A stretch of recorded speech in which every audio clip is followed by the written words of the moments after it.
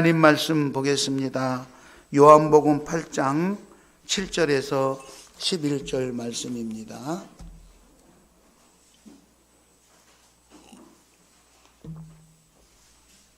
요한복음 18장 7절에서 11절 같이 읽겠습니다. 요한복음 18장 7절에서 11절입니다.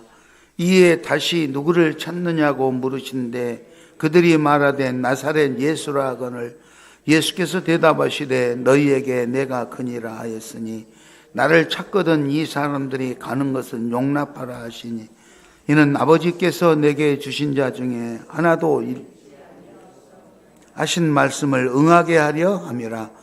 이에 시몬 베드로가 칼을 가졌는데 그것을 빼어 대제사장의 종을 쳐서 오른편 귀를 베어버리니 그 종의 이름이 말고라.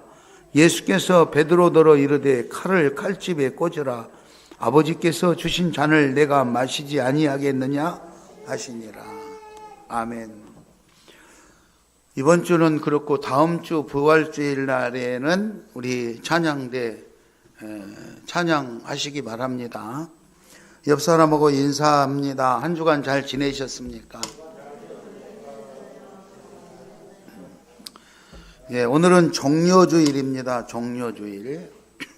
종려주일이고 오늘 본문 말씀에 예수님이 체포당하는 장면이 나옵니다. 예수님 잡혀가셨죠. 예수님. 그래서 오늘 이제 잡혀가셔서 금요일 날까지 순환을 당하고 고통 속에 십자가를 지시고 그렇게 금요일 날 십자가에서 돌아가십니다. 그리고 주일 날 부활하시는 이 기간을 고난주간이다 이렇게 말합니다. 종려주일은 부활절 하루 전, 한 주 전 주일을 종려주일이라고 하고 예수님께서 어린 나귀를 타고 예루살렘에 입성했을 때 수많은 사람들이 종려나무 가지를 흔들면서 호산나 호산나 다윗의 자손 예수여 이렇게 하면서 정말 엄청나게 환호를 했죠. 심지어 어떤 사람들은 너무너무 좋아서 자기 겉옷을 벗어서 예수님이 지나가는 앞에다가 밟고 갈 수 있도록 깔았다. 성경에는 그렇게 이루어가고 있습니다. 무지무지한 환영을 받으셨죠.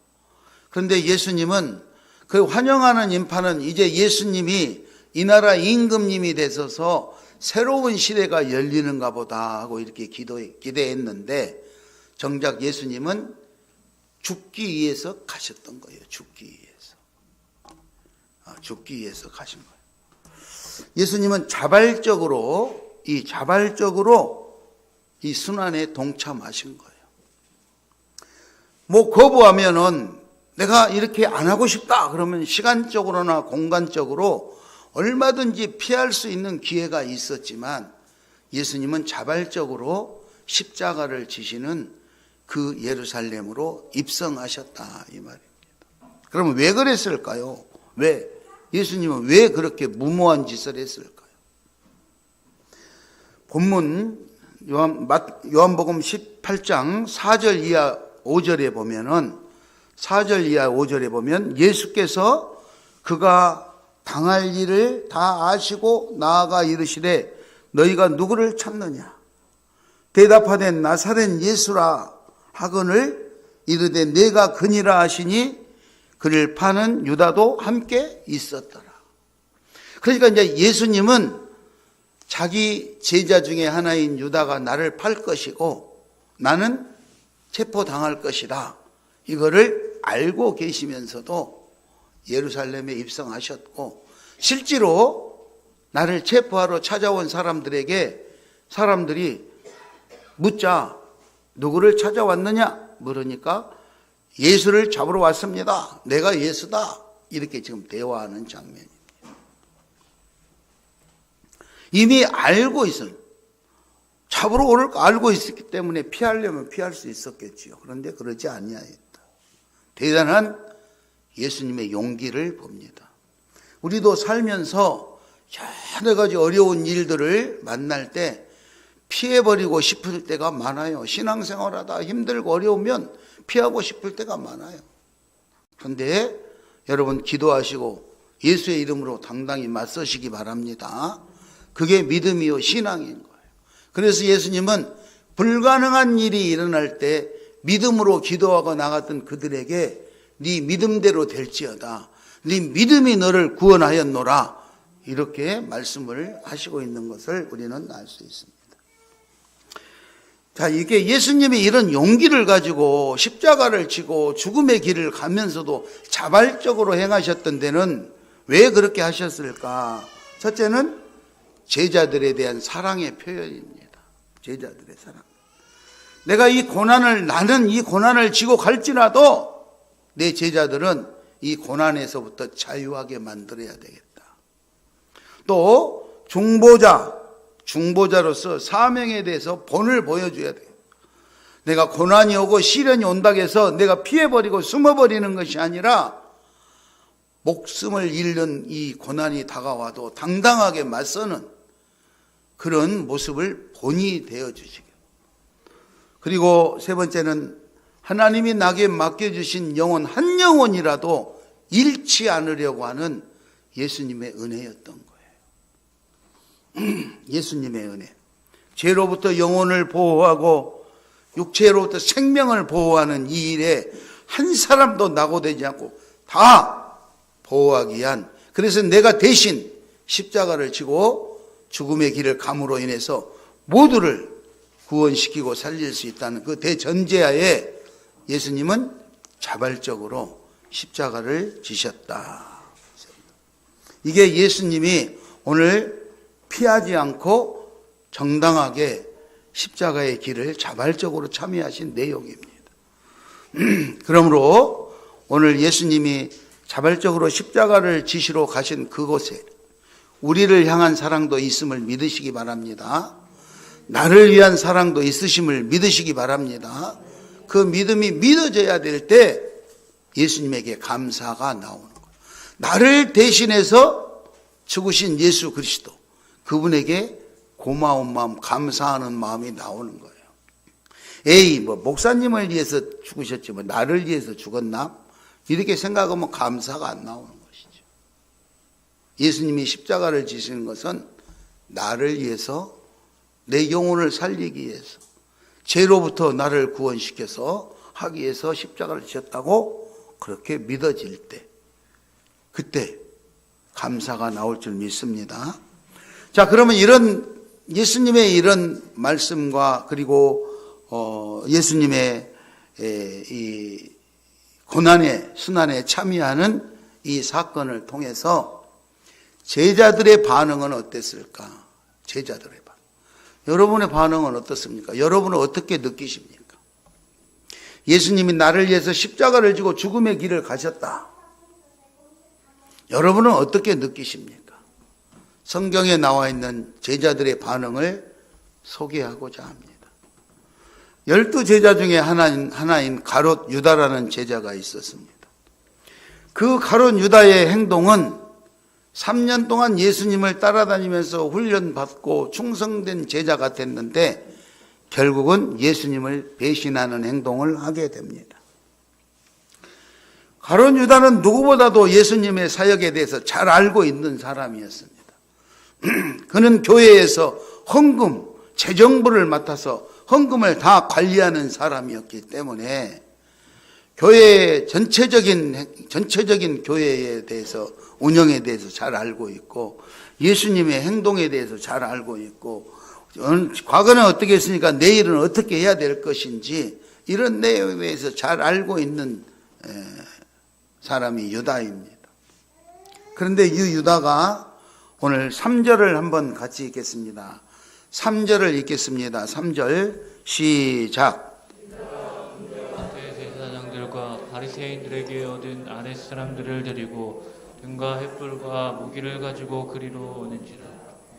자, 유다가 대제사장들이 바리새인들이 보내준 군대를 이끌고 지금 횃불을 들고 예수님을 잡으러 오고 있는데 앞장서고 있는 거예요. 성경에 보면은 그때 예수님이 잡히시던 시절이 우리로 말하면 보름달이 떠 있는 보름쯤 돼가지고 환하다 그랬어요. 굳이 햇불을 안 들고 와도 어느 정도에 다 보일 수 있는 그런 달밤이었는데도 불구하고 햇불과 등을 들고 왔다, 이 말은 혹시라도 어디 숨어 있으면 낱낱이 찾아가지고 꼭 체포하고야 말겠다는 그런 각오가 다져져 있는 거예요. 자기 스승을 잡기 체포하기 위해서 군인들을 동원해가지고 무기를 들고 지금 찾아오는 거예요. 이게 유다의 모습이에요. 요즘도 신앙인이라고 교회 다니고 이렇게 하면서 유다와 같은 행동을 하는 사람들이 있어요. 교회를 고발하고 목사님을 고발하고 장로님을 고발하고 자기 동료 교우들을 집사님들을 고발하고 못살게 굴고 이렇게 하는 사람들이 많아요. 왜 그러느냐? 자기의 유익을 얻기 위해서, 자기 욕심을 채우기 위해서 그렇게 한다는 것이죠. 이미 예수님은 알고 있었어요. 유다가 그렇게 배신을 때리고 잡아갈 것을 이미 알고 있었어요. 요한복음 13장 21절에 보면은, 요한복음 13장 21절에 보면 예수께서 이 말씀하시고 심령이 괴로워서 증언하여 이르되 내가 진실로 너희에게 이르노니 너희 중에 하나가 나를 팔 것이다. 너희 중에 하나가 나를 팔 것이다. 예수님이 제자들에게 너희 중에 하나가 나를 팔 거다, 배신할 거다 이렇게 말하니까 사람들이, 제자들이 깜짝 놀라고, 아니 세상에 누가 그런단 말입니까? 난리가 났어. 그때 성경에 보면은 예수님을 직접적으로 팔 이 유다는 예수님 가장 가까운 데서 예수님의 뭐 다리를 베고 누워있다든가 품에 안겨있다든가 그런다고 했어요. 그러면서 예수님 나는 아니죠 이렇게 물었어요. 그때 예수님께서 정확하게 누구라고 이름을, 유다 네가 팔 거다 이렇게 했으면 참 좋았을 텐데, 그래도 그 제자들한테 왕따 당할까 봐 그랬는지 어쩐지 몰라도 예수님은 나와 함께 떡반죽에 손 넣는 자가 나를 팔자니라, 이렇게 알만한 사람은 다 알 수 있는 그런 말씀을 하십니다. 자, 그런데 사실 실제로는요, 이 유다가 예수님을 팔려고 흥정을 하는 장면이 나옵니다. 흥정을 한 장면. 한번 볼까요? 예수님이 흥정을 하는 장면. 마태복음 26장 14절에 보면은요, 마태복음 26장 14절에 보면 예수님의 제자 12 중에 하나인 가룟 유다가 대제사장들에게 찾아가서 말합니다. 어떻게 말하느냐? 15절, 내가 예수를 너희에게 넘겨주리니 얼마를 줄 것이냐? 그러니까 유다가 예수님 대제사장을 찾아가가지고 내가 예수님을 넘겨줄 테니까 나한테 얼마 줄 겁니까? 이렇게 물어봐서 흥정을 해요. 그러니까 제사장들이 은 30을 주겠다. 달아서 줬다. 달아서 줬다.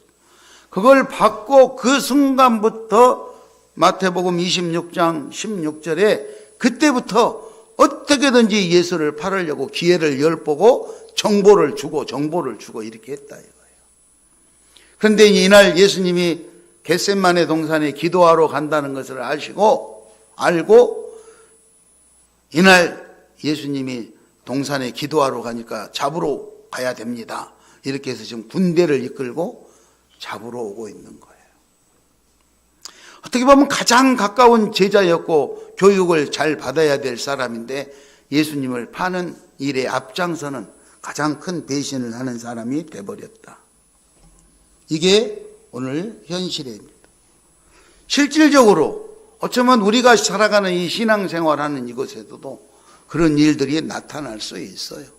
뭐 목사님은 아니고 뭐 평신도만 그렇다 아니고 우리 예수 믿는 사람이 목사님이건 장로님이건 권사님이건 집사님이건 누가 됐든 간에 실제로 예수님을 파는 것 같은 이런 형태들이 우리 삶의 현장에서 나타날 수 있다는 거예요.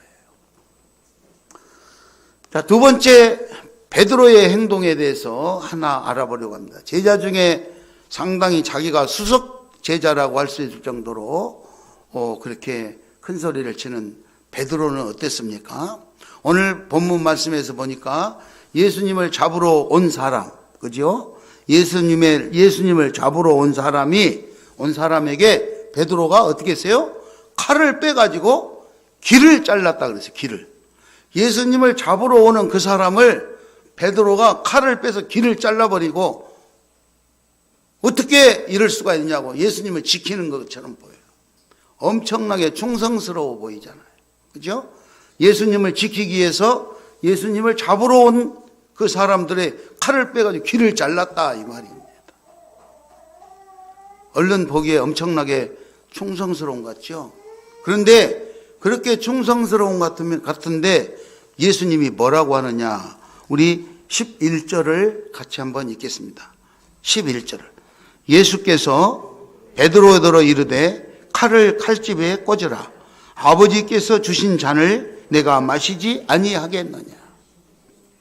그러니까 예수님이 오늘 십자가를 지고 죽음의 길을 가야 되는 것은 하나님의 계획이다 이 말이에요. 사역, 거역할 수 없는 사역인데 예수님의 그 사역을 정확하게 인지하지 못해서, 즉 무지해서 무력으로 예수님을 못 잡아가게 지금 막고 있는 거예요. 더 깊이 말하면 하나님의 사역을 자기가 무력으로 방해하고 있는 꼴이 돼버리는 거예요.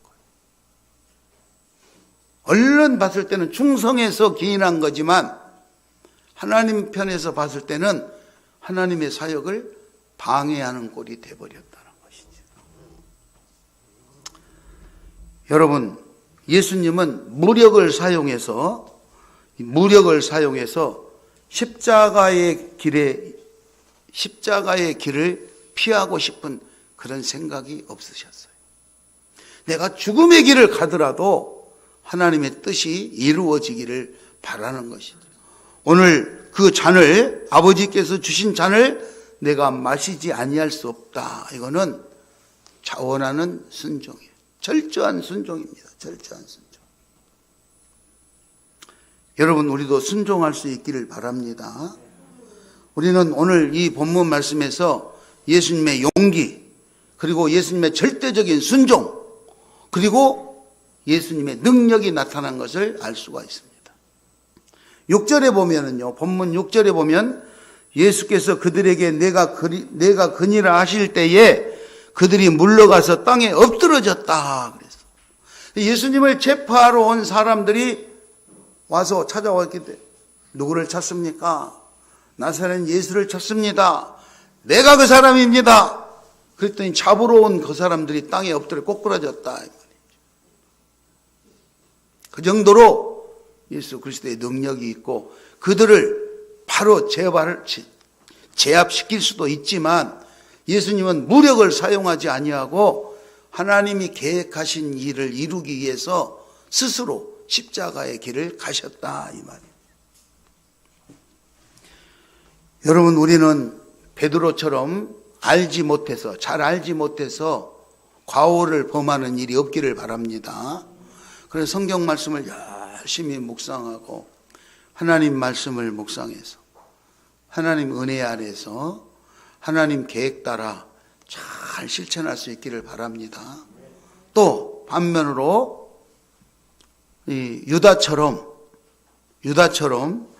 오만해가지고 사탄의 앞잡이가 되어져서 예수님을 팔고 교회를 해방하고 사역을 방해하는 이런 일들이 발생되지 않도록 날마다 기도할 수 있기를 바랍니다. 진리에 부합할 수 있도록 영적 분별력을 가질 수 있도록 우리는 날마다 깨어서 기도하고 최선의 노력을 경주해야 되는 거예요.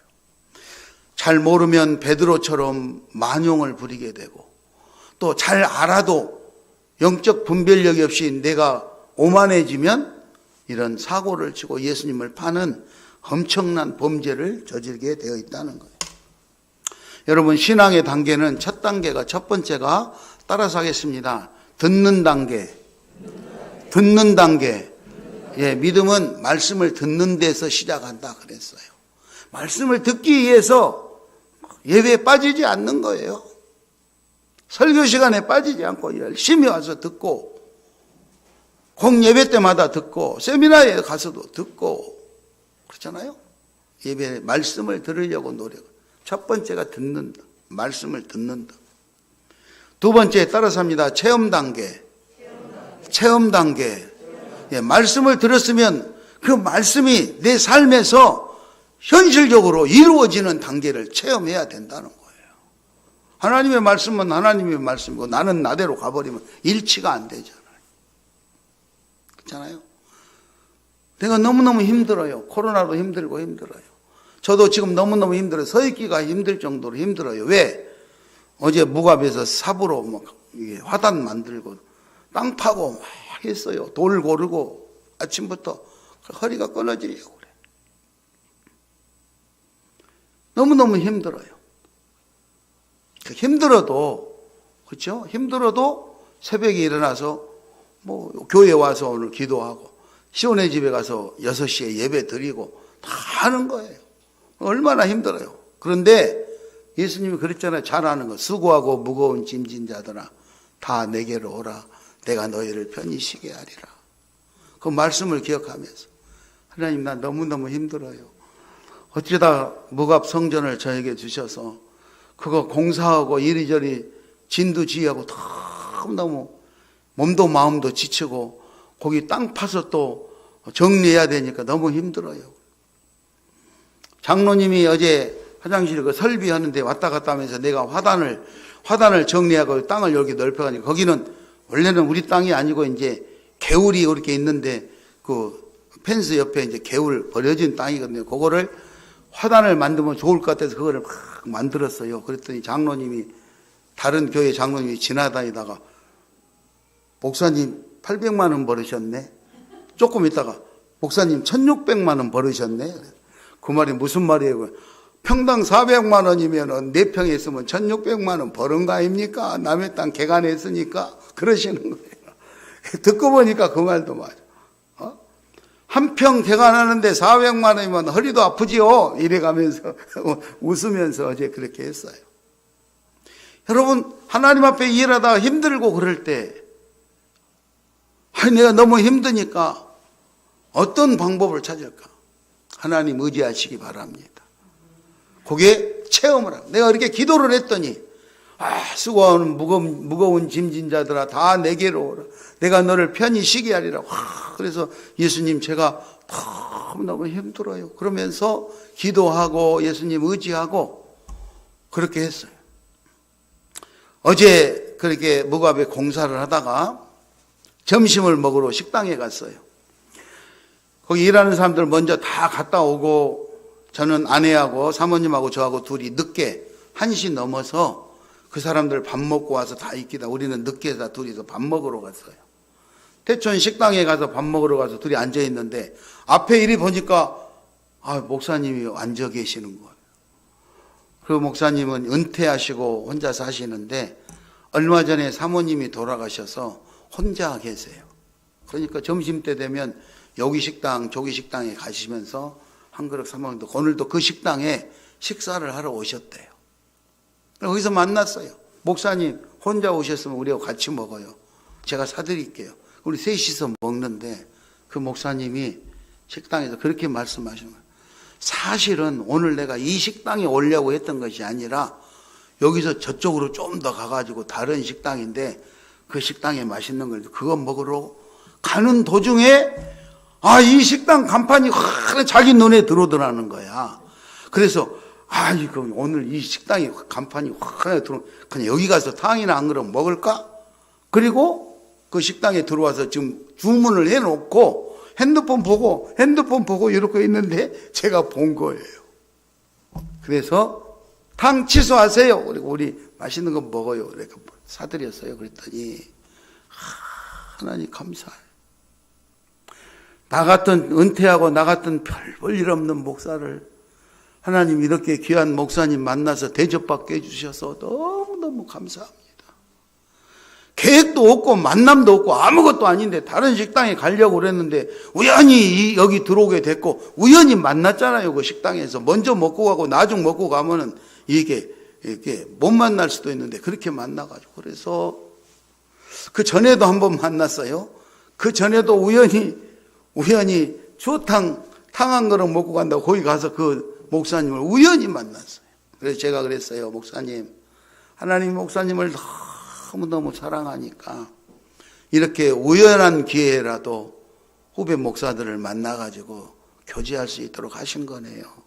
그래서 고맙습니다. 오늘 목사님을 사랑하는 하나님이 저를 까마귀로 사용하셨습니다. 그랬더니 허허허 그러시면서 웃으시더라고요.